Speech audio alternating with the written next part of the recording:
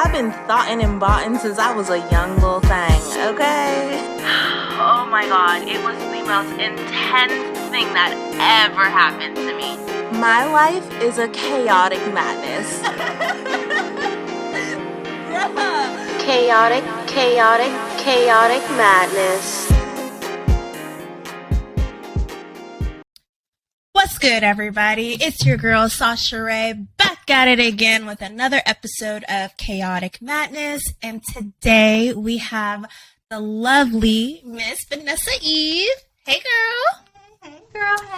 Hey. Hey, how are you? I'm doing great. How about yourself?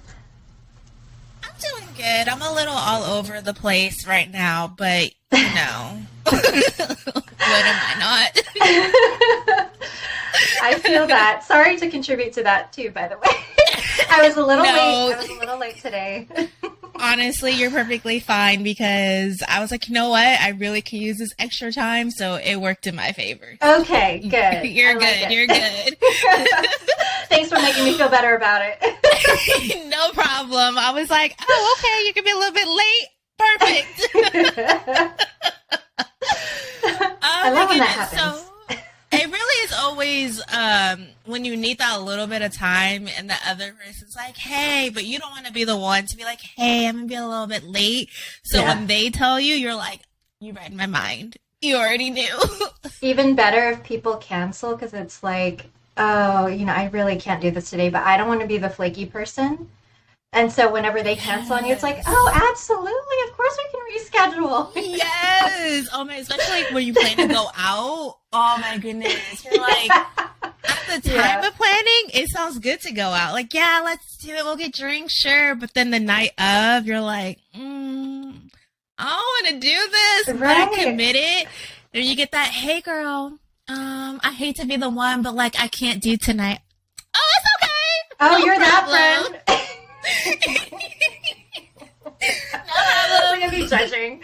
No, I don't really go out, like, you know, I see you at like the shows and stuff, but honestly, outside of that, I really don't like turn up and go out and like do all, like, not how I used to. Not that I don't enjoy it. I just, those things are definitely like planned well in advance, you know. Yeah.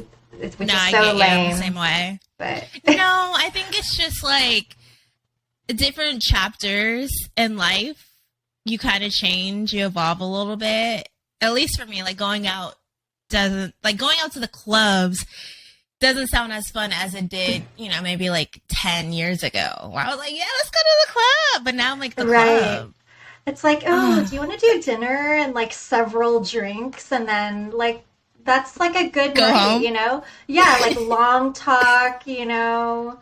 And and I'm good. Those are the best. Are we anymore. Old? I think we're like... I'm really enjoying this phase in life, though, whatever this is. Like the post, whatever, woo girl phase or turn up, whatever. Like, when did that happen? Like, it just... I feel like you wake up one day and you just are different. Yeah.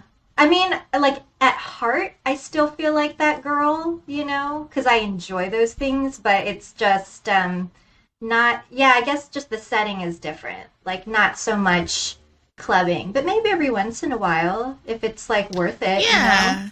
Yeah. I think if it's work, I'm like, yeah, sure, because I'm like, it's work. I have to. That's a given. But, like, personal life, I'm like, nah. So that's why if it's work related, at least I'm guaranteed to go out to like a club setting at least, you know, 3 to 4 times a year. Exactly.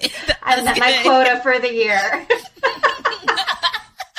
I was just talking to a friend the other day, and it was like, have you ever noticed, like, when you walk into a restaurant now that you see kids that are like way younger than you, they're like 18 or like 20, 22, and you ask yourself, wow, am I the like adults that they see, but like when we were their age we saw ourselves, if that makes sense? It's like a weird realization where I'm constantly reminded that I am no longer like in my 20s or like this young girl. I'm like a grown woman.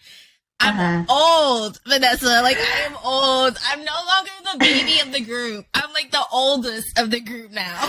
Well, whenever like we, yeah, because I remember like being, you know, like even in my 20s, and then you'll see someone in their like mid 30s, and they're like, oh God, right. Like, so what's your life like? Yeah. Yeah, you're like probably hella boring, and you don't understand me at all. Like, oh my God, yes, yes. Up, and now I am that person. I'm like stressing over life and bills and finances. Okay, maybe not that part. Like, I don't want to be on that side of it, but yes, everything else about being this, like in your 30s, I like it. I'm embracing it. It was a little bit of a struggle because, you know, like with kids too, it's a whole different level as far as the way that you see yourself, because they reflect back on you like their impressions of you or your age, or, you know, as they meet milestones. And so you feel that, and I don't know. I'm trying to move away from being like ageist about things, but at the same time, sometimes it's like right in your face with your kids, you know, they like really put you in your place as far as like, this is how old you are because this is your I'm your responsibility. And, like, you gotta act right, you know? Like, right. It's funny because with my younger siblings, I have a 30? I have a 27-year-old that just turned 28. And then I have a 8th grader and I have a 6th grader sister, and wow, they're teenagers. Yeah. And I literally was like, whoa, when did you guys become teenager? Like, they're texting me about boys. They're like, oh, when did you have your first boyfriend and your first kiss? And I'm like, I was like grown. I was like 18, 19. I'm like, you know, I was real old. That is the correct answer. Just for now, you know. And then they're like, can you keep secrets? And I'm like, of course. And they're like, well, I have a boyfriend. And I'm just like, I am like old enough now to technically be like their mother if I was like a teen mother, but like, time is flying and they remind me every day. I'm like, how old are you? Like, when did that happen? Well, you're this age and I'm this age.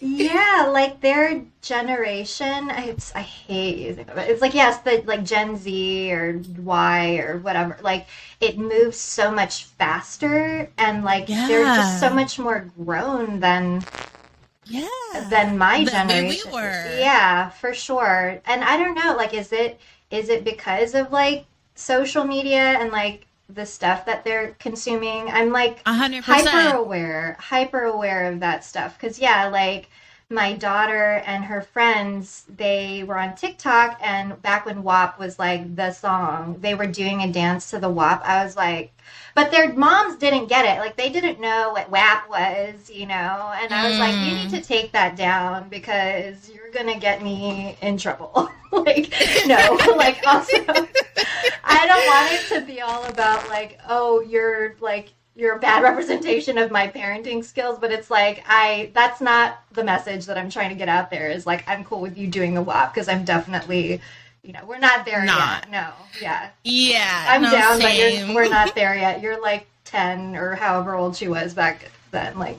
Yeah, like they're starting so young, but it definitely is. Social media plays a huge influx and influence on it, which is why I just limit any type of social media that I have, whether if it's like my art page, whatever it is, because I don't want them to see me do anything that I wouldn't want them to do. So I just block them on everything. But it's the internet. They're not watching Nickelodeon or Disney Channel on Fridays anymore. They're on TikTok and Instagram and Snapchat, and it's just they're the babies of literally living the internet, and it's hard to navigate and it's hard to control what they see because it's so easily in the palm of their hands that you can't control it all. But I'd be telling them, ain't no twerking around me.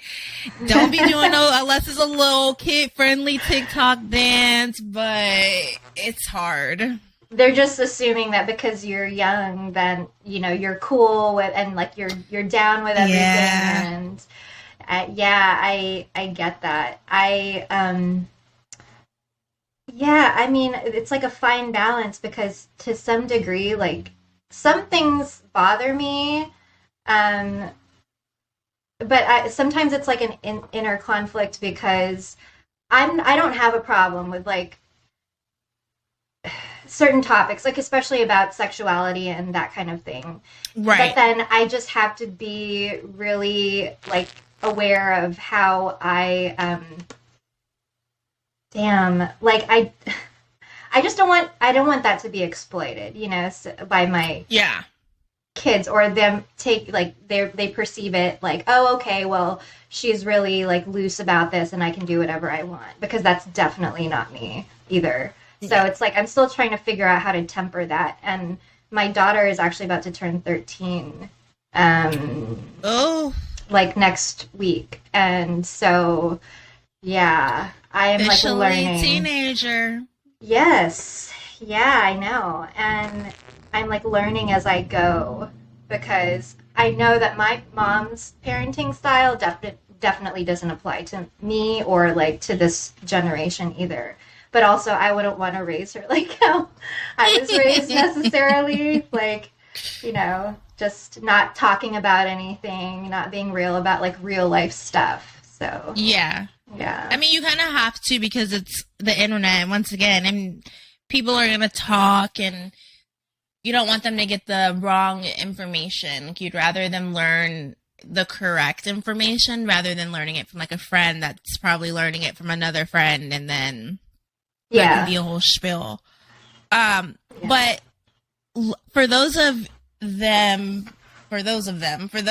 are listening who don't know who Vanessa is, kind of give people a little bit of a background. Like who you are, what you do. I feel like I know your whole life story, but you know. We've had some talks. Yeah, we've had some talks. Definitely. Good talks. Some good ones. So right now, as far as like work and how we know each other, so I work for the Streamate Network. I am next March will be my 14th year with the company. But I started out in an admin capacity, and then within a year, this idea was pitched for me to transition over to more of the talent side of it. So at the time, the majority of our performer base was based out of like Eastern Europe, and that was back, so we're talking like 2009, 2010, and that was when there were far fewer like independent creators and more so people like working out of studios, and that was prevalent in Europe. Just that was like the European business model as far as live cams go. So they're like, well, what about you, like, your goal is to build up the North American performer presence. And I wasn't given any kind of like, this is the plan, or, you know, it was just like, take it and run with it. So back in the day, I was like advertising on alternative news weeklies. So I don't know what that would be for you, but it's usually like in bigger cities, like New York, and I forget what Greenwich Village Voice out of New York. So like those types of publications, the kind where you go to the back page and you'll see ads for like, back then it was like cannabis or like phone sex operators, that kind of thing. So I started with that, so print ads, and that was really expensive, by the way, because at the time, my now marketing director, he had just started around the same time I did, Christoph, and he's like, yeah, it's going to be kind of a jump to get people to like look at a newspaper and then like type in on their phone this website that you want them to go to. So I tried different things. I tried like the top party schools in the US. And so I would call around and say, hey, you know, this is the company I work for. This is like the context of this ad. Are you comfortable with me advertising through your student newspaper? And a lot of the time it was just a flat out no. But there was one school, UC Berkeley, and they were shout out to the Bay. Shout out to UC Berkeley, because they're like, they're adults, they can do whatever they want, you know. Who am I to tell them what to do? And so they were like the first student newspaper that allowed me to like publish an ad. And of course, you know, nothing really came of it. I think I maybe got like 2 inquiries from that, and with like the bigger alternative weeklies, I don't know, maybe like 10 to 20. So it definitely wasn't worth the money, but it was very insightful. And then, of course, like as time went on, I switched over to Backpage, which is no longer in existence. And I tried Craigslist, never had any luck with getting ads pushed through there. And then finally, I figured out Sexy Jobs. And I think Adult Work was also in existence back then. I don't think it's still around. So, that's kind of like how I got started with the talent side of things. So really just like throwing shit at the wall and seeing what sticks. And it was insightful to learn about like different markets. The majority of the inquiries and the interest that I got was actually based out of like more conservative parts of the US. So not necessarily like, I really didn't have a lot of interest from like California, for instance, Los Angeles, but I did have a lot of interest based out of like the Midwest and like small little towns in the South. And so, because they're always so private. Like, trust me, there's freaks out here. They're just on the low about it. They're very secretive, very, very, very secretive, but they are about it for sure. And I feel like back then it was easier to be a little more private about that stuff. But now, I mean, it's just so prevalent. Just even in mainstream media, people know what Pornhub and OnlyFans are and blah, blah, blah. So it's nothing new. Like, it's probably a less than 6 degrees of separation between you and like a sex worker these days. 100%. Yeah. Which is, it's crazy to think, because, I mean, it's like a good thing. Okay, it's a good thing and a bad thing. It's a good thing because it's becoming more talked about in mainstream spaces, but it's a bad thing because we're still not given the respect and being involved, and we're still being discriminated, versus if a civilian has an OnlyFans, they're praised for it. But if I have an OnlyFans, I'm going to go to hell for it. But we both have an OnlyFans. What is the difference? Like, it just does not make sense at all to me. But that's a whole fight that we have been fighting for years. Yeah, and I'm curious to know if it's the same in Europe or like in Spain. You know, do they feel the same way about this stuff, or are they just like, I really don't care? You know, like, so what? That's a good question. You know, so it might be a big cultural thing. I have a feeling it probably is here in North America. But I mean, it was popping back then. Like, it was right around the time that we really saw a huge boom, like 2010, 11, 12. Like, those years really led up to like this huge boom in live cams specifically. Like, content wasn't really like its own thing yet. I remember back then, like, people on cam, they would create content and then send direct download links. And Media Fire. Media Shout out to Media Fire. Wherever you are, you did such good work. Such good work. Shout out to you, because, man, having to send a million links, I mean, listen, they came through. Yes, and like, there were some people early on that got started with like building their own websites, but I remember that was like a big deal because you had to get a developer, and like some people even tried, like independent streamers, they like tried it on their own, like they built their own website and it was almost like a blog, but then there were like these little features back then, and it was so clunky, but you could like embed your live stream onto your member site. And that was like, oh my God, revolutionary. No one is doing this right now. And so, good times. Like, people will find a way to be innovative. They just will. I mean, you have to, because when everyone is doing the same thing, you have to figure out ways to stand out and then to kind of set yourself apart. And two, it's just like the internet has evolved in the last 10, 11 years as well, too, because even with technology, like, I remember live streaming on a like HP laptop using the built-in camera and the built-in mic with like those yellow lights that come in like apartments and streaming against like one wall and like it's staying within that frame. And now it's like people have whole like dedicated studios just for like filming it. It's crazy to see how far technology and the internet has came within like our sphere in such a short time too. Like 10 years is not that long if you really think about it. It feels like it was just the other day.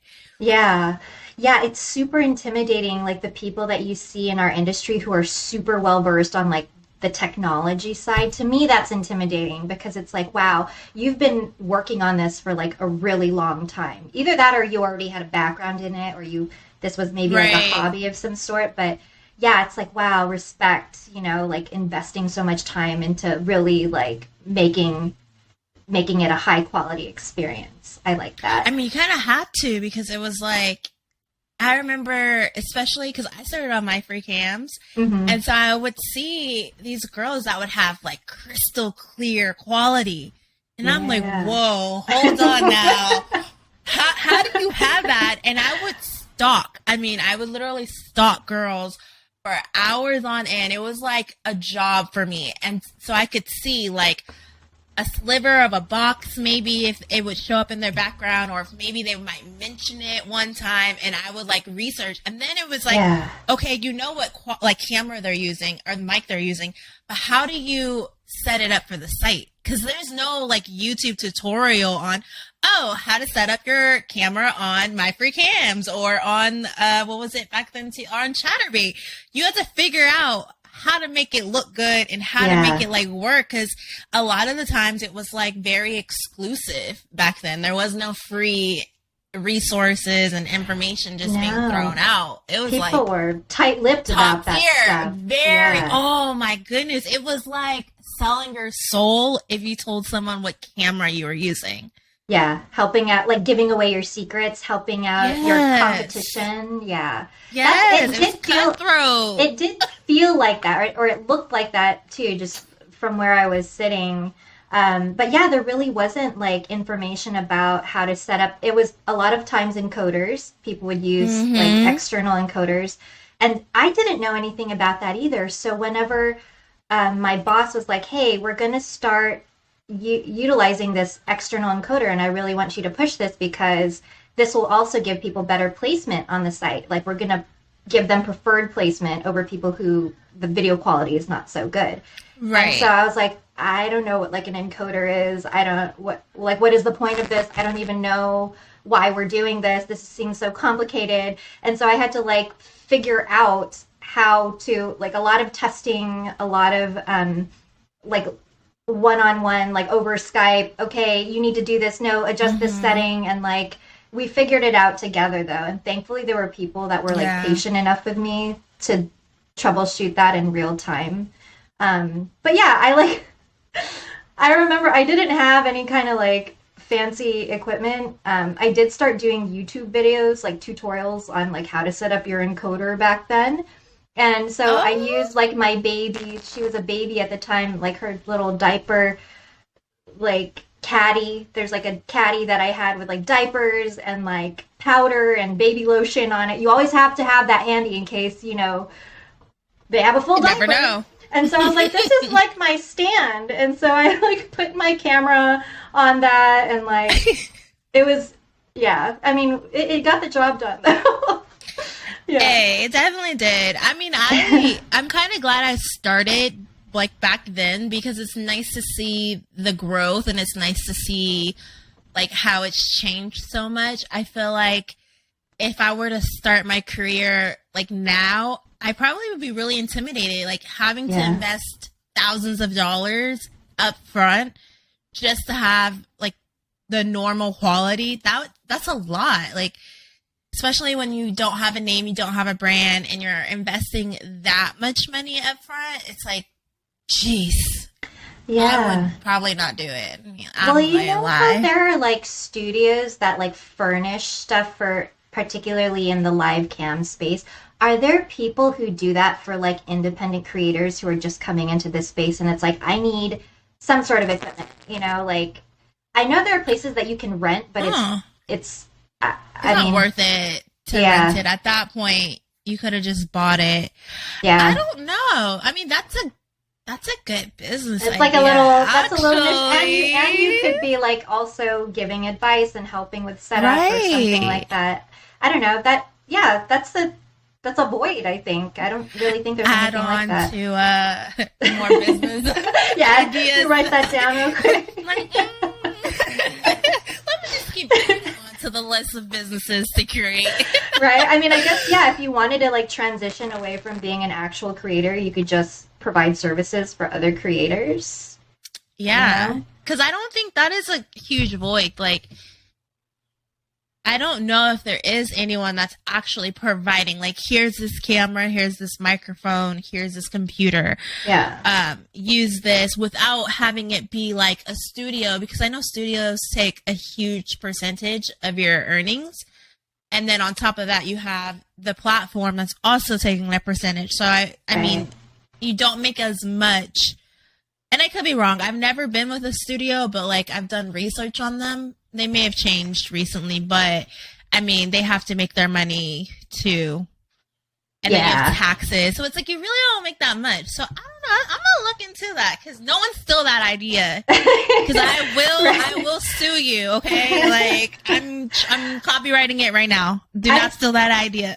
I know. Like if this is something you really want to do, but you're pressed for time and you don't really want to go through like 10 million YouTube videos and take courses on how to, shoot high quality, engaging content. Right. Like just have someone give you kind of like a 101, Right. Like, and then little rundown. Yeah, provide everything for you. I don't know. I could also see that being like heavily exploiting people, but if you're like a very ethical person and you've been, in this space before, then why not? Look at me, always giving me new ideas. I swear, every time we talk, it's always a new idea. I'm like, you know what, you're right. I should do that, huh? It's just finding solutions, right? Filling in the gaps. Right. Yeah. It's funny because I met V through a fellow colleague of ours just last year. Wait, not even a year, almost a year ago. No, it was over. It was ePlay, right? Yes. So it was. That was like just last year. The holidays, though, wasn't it? Was it like holidays 2020? It was like September. No, 2021. It was last year. Really? All in last year? Okay. I was thinking it like extended, but okay. All right. Yeah. And because wait. Let me think. No. Yeah. It was 2021 because this April was XBiz, and then all that happened. So that was literally within that like 7-8 months. Was it that Was it that tight for timing? Wow. Okay. All right. It had to have been. We don't need to say it here. Maybe when did we start discussions? Because I know that these things tend to take a while. It was September. Okay. Because I was supposed to start October, but then we had to push it to November. Yeah. So we started talking in September. Okay. And then before that, that was like the first, like, actual, like, we've been in like the same spaces and like panels and stuff, but that was when we actually like talked and was like, oh, da da da da, and then it was like, I'm like trying to be careful how I say this. Like we collaborated. We collaborated. And then we just kept talking after that. And then 2022 came. Mm-hmm. That is so scary how much happened in such a short amount of time. Yeah. It's still kind of like a haze to me just because of how, but this year has also flown by pretty quickly, it feels right? like. We're already about to be in September. Yeah. Back to school. I'm when not did ready. that happen? Jeez. I know you have a 7th grader, 8th grader now? She's going into the 8th grade, yeah. 8th grade, yeah. The other one she's going into 5th. So they're all like both at the top of their class with each school. But E-Play, I think, was kind of how you and I really got to work relationship. Together. Yeah. But I always enjoyed like our talks because they were always just so honest, you know? Yeah. Like we talked about everything but what we originally were like going to talk about. We look up, it's like 2 hours later, and it's like, okay, well, girl, I'll talk to you tomorrow. Yes, you and Allie, awesome. It's the same thing. I don't know. Every time it's like it turns into this long, like 2.5 hour long conversation. I don't know how that happens, but I really enjoy it when it does. So same. Yeah. I think it's just because you're really good too at like letting people vent about like the things that might be going on, and then you give good advice too, and you like to check in as well on people. So that's one thing that I really like, is like, you're like, hey, I was wondering if we could do like a little check-in chat. And I'm like, I love those because it's just, if someone's thinking of you and they want to make sure like you're good and how you're doing and stuff, and those little things like really, I think, leave like a good impact, because it's like they care about you. It's not just, hey, I had this business opportunity for you every time. It's like, let's just chat. I can't function like that. And it's interesting because so many, not to be shady, but it's like so many people in our industry, it is such a transactional relationship a lot of the time. Like you even see it at XBiz. Hence why I'm not good at speed networking. Like, I want to know about you. I want to know about your life. I want to know about, but yeah. But I like that though. It's like really the slower pace and just being more intentional with my relationships, and like that's something I think I've mostly been consistent with over the years, but that's important to me too. It's like I don't want it to just be a one and done kind of thing. Not for everyone, of course. Like some people I could do without in my life, but like the good ones, when you find like good people, it's really like in our industry especially, it's important to keep them close to you, because I don't know, you just need that community. Hard. You would think that it would be easier to have like stronger relationships within our industry, since we are kind of so obstructed from mainstream and not really accepted. But it's toxic.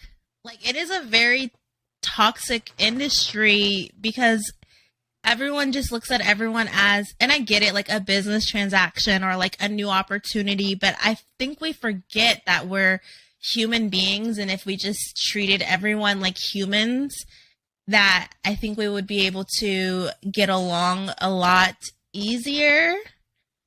But when you have money involved and like egos, it makes it hard. Yeah, I mean, and of course, like, you see the run of the mill with our industry, like people from so many different backgrounds and that kind of thing. But I don't know.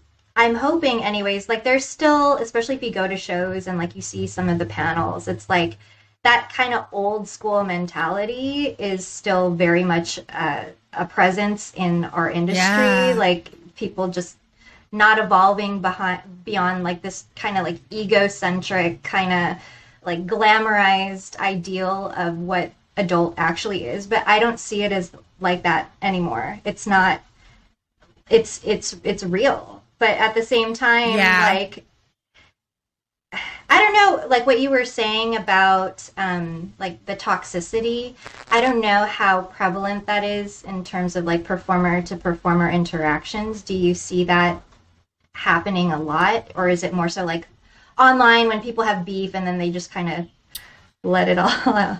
I feel like social. When people are face to face, it's usually because we're in a professional environment.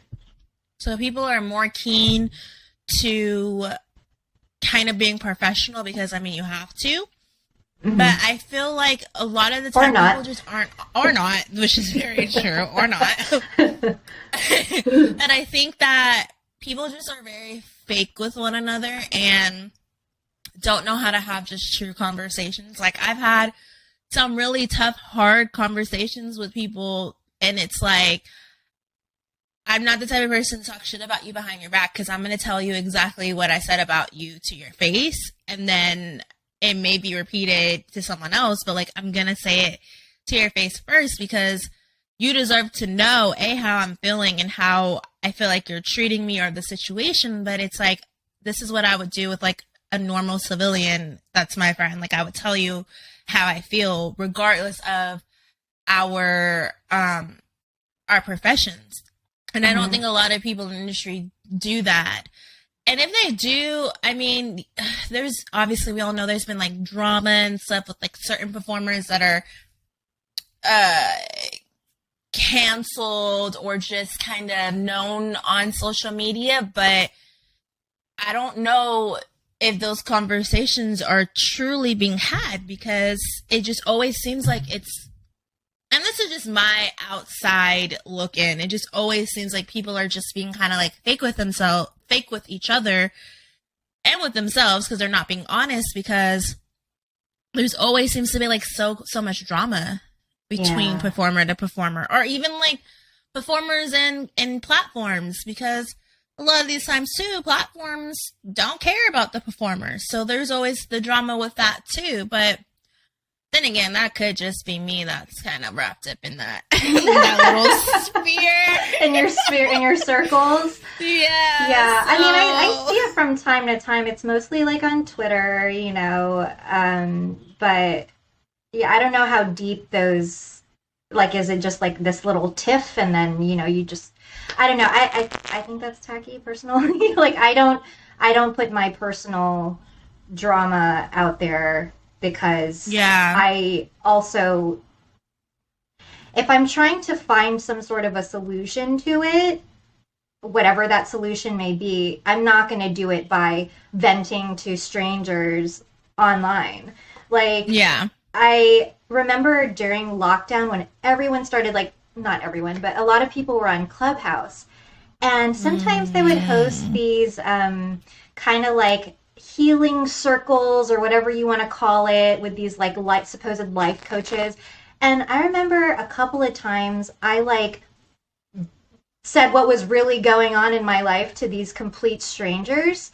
And I immediately regretted it, because it's like, these people don't really give a shit, you know? Like, also their response was not one that was like sincere or like trying to uplift. It was more so like, let's just glaze right over this because we don't know what to do with this girl right now. Yeah. Know? And so, yeah, I don't know. I hesitate just like putting that stuff out there, because especially in writing, you can't take it back, you know?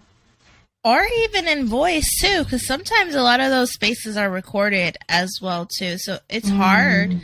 Yeah. I mean, I think just being vulnerable in the industry is difficult, because we're here to create a fantasy in some sort, in some way, that when you try to be like authentic and really like be just a little bit deeper and below surface level, it's kind of like, oh, I don't want to deal with that because I have my own problems going on. Like, I wanted to escape type of thing. So I think it's hard, but it's also, it's difficult because you just never really know who's genuine and who's not genuine, and who's going to use that information that you give them if you guys fall out as well too. Like, I can get really deep and really open with people because I'm not afraid to talk about my life. I feel like if me going through something and learning from it can help one person, then I feel like I'm doing something at least right for that time. But then I always get nervous. It's like, oh, well, we're no longer friends. So all of that personal information that I gave you, are you going to now use that against me? Are you going to now, like, try to hurt me because you know of like some deep intimate moments? So it's kind of tricky. Yeah, I agree. I mean, it is difficult to navigate this space, only because you also want to feel like you actually have like genuine connections with people. It's not just, this wasn't just about like business or whatever. And so I'm careful about who I share like certain things with, for that very reason, because I feel like I've had people in the past that have definitely exploited like those relationships. Not that I'm using that as like a guide for like how to inform other relationships and how I like connect with people, but it's definitely something that's like in the back of my mind for sure. Like, and so I just I share carefully, I guess. What is it about a person that you feel that makes you feel comfortable enough to like share something a little bit more intimate? Mm-hmm. I don't, you know how you just kind of know? I don't know if like it's like an intuitive thing just talking to somebody. But also I think it could be too like the context of your relationship, like how you met and how quickly, kind of like with dating, you know, just how quickly things are moving. Because like the relationships that have moved way too fast, for one, I'm not comfortable with doing that, but two, like for dating in the context of dating anyways, like two, you just get to know someone a little bit better with a little bit more time. So I mean, I guess it's different from a performer perspective though, because you're like the expectations are a little different. Like if you're working with someone versus like if I'm working with someone. And there was a point in time where I felt like, oh, you know, people are only coming to me because they want something. But now it's more so, I don't know what when the shift happened. I think it just came from maybe like looking for more meaning in the work that I do. And so now it's more so like, what can I do for you? You know, what opportunities can I plug you into? Who can I introduce you to? Whatever. So that's something that I'm always kind of like searching for. And I think just like even just through those conversations, like trying to learn more about people, then that's how you can kind of figure out like who your people are, you know, in this industry. So do you feel like since you are like vastly connected, or at least you know people that can get people connected, do you feel like people kind of like use you in that sense? Or do you feel like you have kind of a good judgment where you're able to figure out if this person is being like authentic or if they're just being like a grabber? Well, I can definitely tell just from like even a little bit of correspondence, kind of what this relationship might entail. And that's not to say too, by the way, that like those more maybe transactional leaning relationships, that there's no purpose for those, because there absolutely is. Like, you know, maybe we won't be going that deep as far as like our one-on-one relationship, but at the same time I think that this other thing over here might get you money, you know, and this might work for you. Or maybe you're really into high visibility, so maybe this other thing might work for you. So yeah, it really just depends on who the person is. I always like was curious about that, because I know that there are some people that just are like, oh, I would never, not you specifically, but like, oh, I'd never talk to them, but like I know that they can get me where I need to get, type of thing. And it's like, I get the hustle mentality, but I just always feel like that's not the right way to go. And maybe that's why I don't have like 1 million followers and make 6 figures, but I don't know. I just always feel like that might prevent you from going further, because like people can tell when you're just using them. So I was just always curious about that. Yeah. If you ever like felt that. Oh, I absolutely do. I mean, like if I'm being honest, like even attending shows and like being the girl that like buys everybody's drinks or whatever. Of course, it's like on a company card. It's not just coming out of my own pocket a lot of the time, but still, their pockets are slightly deeper than mine. You know, but it's like, it's okay. Like I know what is realistic and what I can compartmentalize, I guess, in my mind, what my expectation should be for each different scenario. And, you know, and I absolutely have felt like people are just here for whatever reason, like they're just here just to get ahead, and there's nothing wrong with that.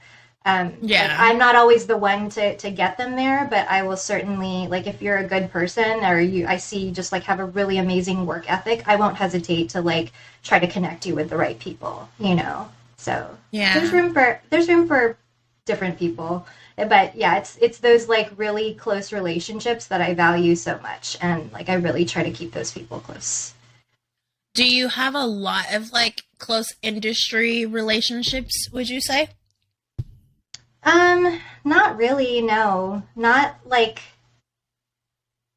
close, like they know what my family's doing, they know where we're going for vacation, they know like yeah, like someone you would like hit up if you were like in their city or something and want to like go to a house, drink wine, like that type, like you're drinking wine at home and like you're chilling, maybe no makeup on, like you're just raw.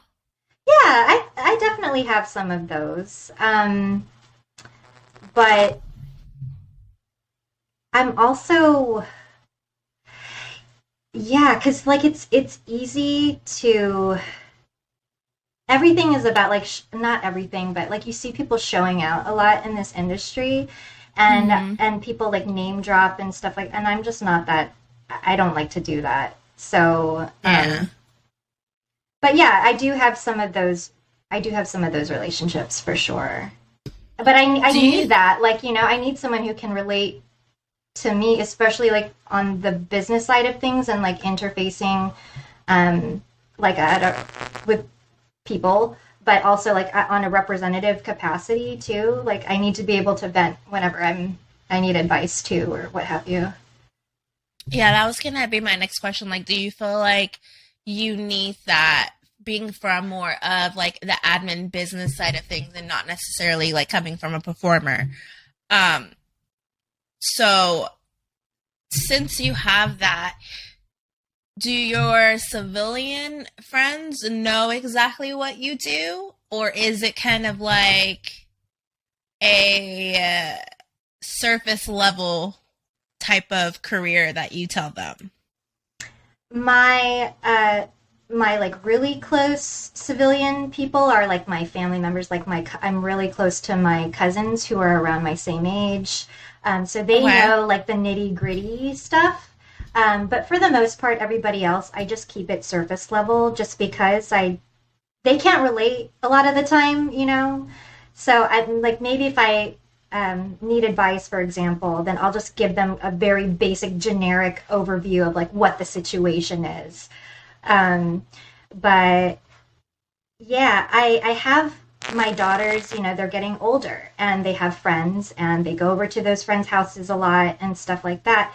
And so naturally you connect with certain parents too. Mm-hmm. And, you know, I haven't been forthcoming about what I do simply because of the fact that I don't know. I mean, I don't care about these people. Like, you know, if I really don't care about you and I don't know you very well, then I'm not just going to, you know, lead with that. Especially if the context of our relationship is like our kids are playing together and stuff like that. Because I don't want you to also start thinking or like discriminate against my child because of what I do.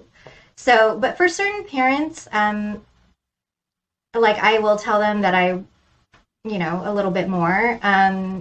Mostly the other moms, they think that I work in marketing and I work with influencers, which is true. It's true. And yeah, so that's true.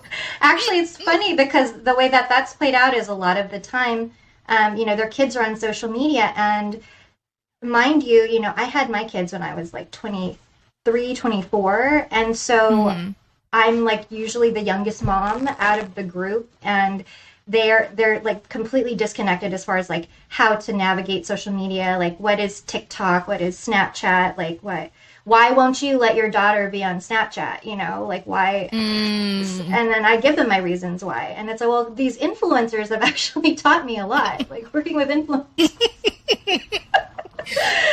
true. It's not you guys are. Yeah, it's true. It's very true. Do your children know like what industry you're actually in, or is that something that you're kind of waiting till they might be a little bit older? For sure, wait until they're older. I mean, if it were only me, I would be okay. Like, I wouldn't go into the details, but I would tell them. But it's not just me. Like, yeah, even if I'm not a performer, like, people don't think that people that work on the business side of things, that they also are not under the same umbrella of stigma. But that is very much the case, especially when you're a parent, and especially if you're a mom, because then, it's really easy with stigma, for instance, for people to just paint you as like this irresponsible mother, and oh my God, I've had people call me like a madam, like I was like in a brothel or something like that. Like they didn't know, or they were just, throwing terms callously out there. Even though I know that those are things that exist, but that's just not my space. Right. And it's like, if you're going to talk about me, then get that shit right, But because there are repercussions to that. And at one point, someone, not naming names, like called CPS because of what I do. And, they were like... in the industry? Not industry, but they were aware of that I was in the industry. In the industry. Okay. Wow. And this was, of course, over like lockdown. And so they're like, Oh, so recently. Yeah. Like 2 years ago. But they're like, I know that you're working from home and you're like exposing your kids to this stuff. So I was like, please, Miss CPS person, like come over to my house. You are welcome to like take a look around and see that there's physical separation, like literally my office is on a whole different level than where my kids are. No one's allowed up here, But yeah, it's still just having to go through that. And thankfully, I was lucky because the person, the CPS worker, caseworker, was very like open-minded and like, I'm not here to judge you. I just want to make sure that these kids are safe. And I was like, yeah, well, this is what I do. This is like the industry that I'm in. You can clearly see though, there's not, but I can only imagine being in that position and being like a performer. Like things would probably go way differently. Way different. Because, at least I'm under the kind of this like umbrella of a company, right? And they can also like provide proof of all different kinds of things on my behalf. But that's not necessarily the same for sex workers. And we've seen that play out too. Like it was a number of years ago, but someone in the media or someone had gone to like mainstream media to talk about her story with her custody battle. So it's kind of scary. And I've always been like cognizant of that. But ever since then, I've been like hyper aware of like, can I work downstairs? If I'm just working on emails, is that a problem? Because then my kids could ostensibly say, well, yeah, she sometimes works downstairs, but they don't know what I'm working on. Like, I'm just literally emailing people back and forth. Right. So I just have to be on my P's and Q's about everything. Because that is such a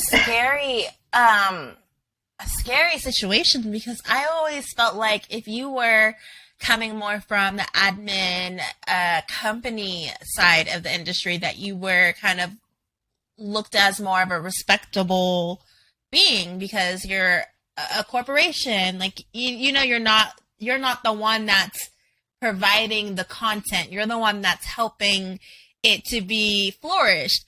So to hear that happened to you, it kind of like, I feel like there's no right place if you're affiliated with adult content in general. Like you're going to be discriminated against regardless. And that is such a sad thing. It makes me so sad because like if you were a performer, it probably would have went way different. Or if you had a different caseworker, it would have went way different.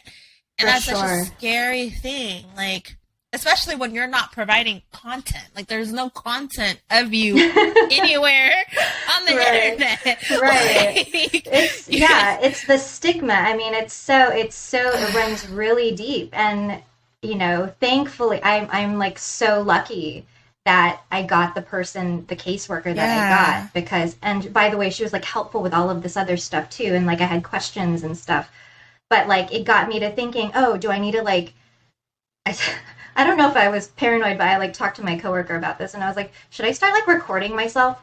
Do I need like just something that uploads to a cloud somewhere so people can see that I am like in my office working? Yeah. But that's the kind of stuff you have to really like think about. And even well, I think like the FSC was talking about doing like a talk about this at one point. I don't know if that's still in the works or not, but I think that kind of information could be like really helpful, because that's not something I would just like go out and share and like, hey, what's your CPS story? You know, what kind of run-ins have you had? Like, but it's fucking scary. Like, that's some scary stuff. 100%. I know we don't have too much time left, but I kind of just want to, because I feel like this is a really good topic to speak upon. So because of that CPS case that happened, do you feel like you would wait to tell your children when they're maybe like in high school, like 17, 18? Or do you feel like you would just wait until they became adults, where then you know that there's nothing that anyone can do to take them away at that point? I mean, considering how things have evolved with my kids up until now, like, I have what's ideal to me, and then I have what's the reality. And like, for instance, the reality I found out recently was my little girl has a boyfriend, and I'm like, what? You know, like, this is not what I've been saying. Like, we're gonna wait on that. You know, I already told you that boys your age don't have like the emotional maturity levels. So it's like, why are you even wasting your time? You think this is going to be a forever thing? I know, that's awful. But it's like, it's true, though. Like, don't waste your time. It's true. Don't get distracted. So anyways, you know, that was not ideal timing for that. So with this, I'm sure, they have phones, they have internet access, they've probably overheard some names by now, so they could very well just go and look it up. And for all I know, they might already know. But I've done my best to like kind of shelter them. I just don't think that they need to be knowing everything. But yeah, I mean, if they had questions about it and they're like mature when they're 17, 18, I have no problem. I'm not ashamed about what I do. It's more of like tempering what's age appropriate and not. Right. And what are they going to do with that information as well, you know, because they would also need to know how to keep like a certain amount of like privacy. So yeah. Last question for you. How would you feel if your children decided that they wanted to be a performer in the industry? And before you answer, I want to like preface this. I ask this question a lot because I have some performers that say they would not want their children's, like their daughters specifically, to be in the industry. And then I have others that say that they do. So I've learned that there's such a curiosity because like you're a performer yourself. So it's like, why would you not want your child to be in it as well too? So I can understand why some people have said that they wouldn't necessarily want their kids to be in it. But I like to ask that question with people that have kids in general, whether it's like man, woman, or thereof. Yeah, that's a great question. And my now husband, he used to be like an independent wrestler, and I learned the word marks. Oh, wow. Like, you know what a mark is? They're just so into this like idea of something that they sign up for it immediately, and everything that person does or whatever, it's like, oh yeah, that's like amazing.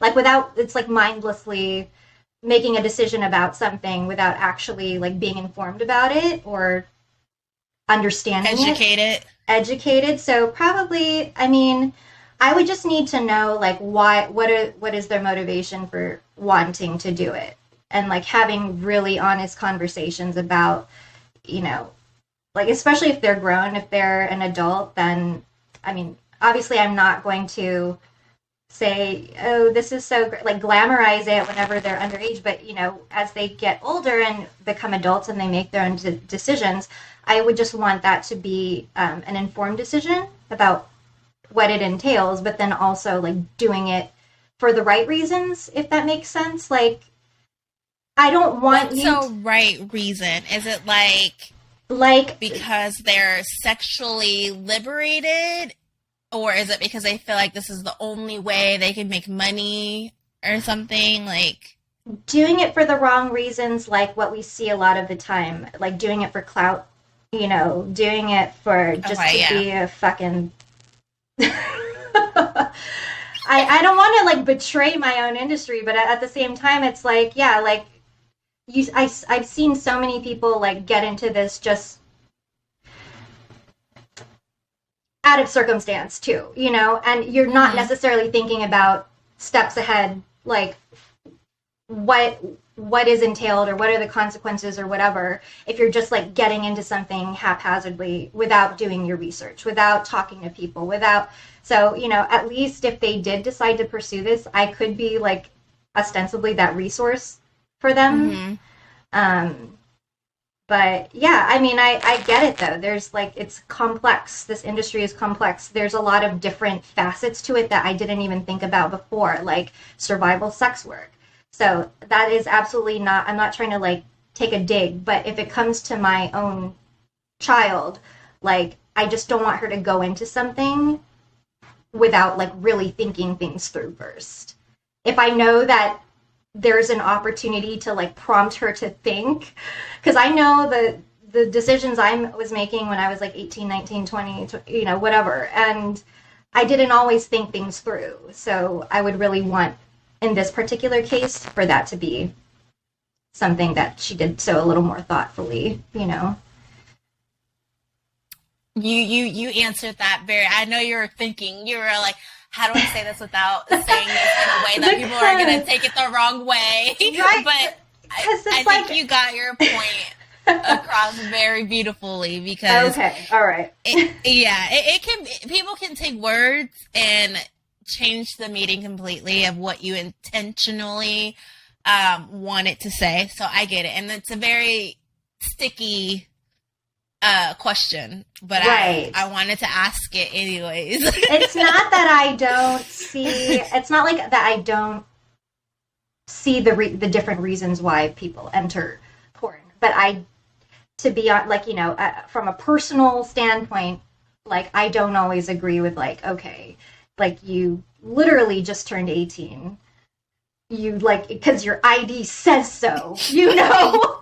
So right. It's like, okay, all right. And there have been those times like over email, you know, where I just take a little bit more time to connect just so that they know, hey, you know, you have someone here. If you have questions or whatever, I know that you're really excited to do this, but, you know, so... Well, on that note, we're going to go ahead and end it here.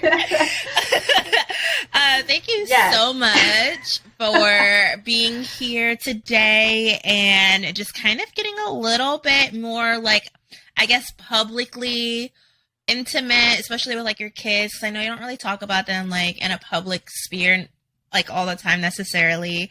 And just kind of really opening up. I mean, we open up all the time with each other, but like just really opening up to like my fan to my podcast. I'm like, I don't know what to call you guys. But to those that are listening.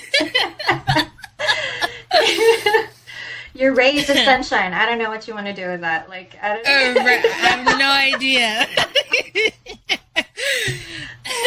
To those that are bored enough to listen to me talk. I appreciate it though. It's nice. It's nice to connect on a deeper level too. But also in like a comfortable, like, yeah, you make things very comfortable, so thank you.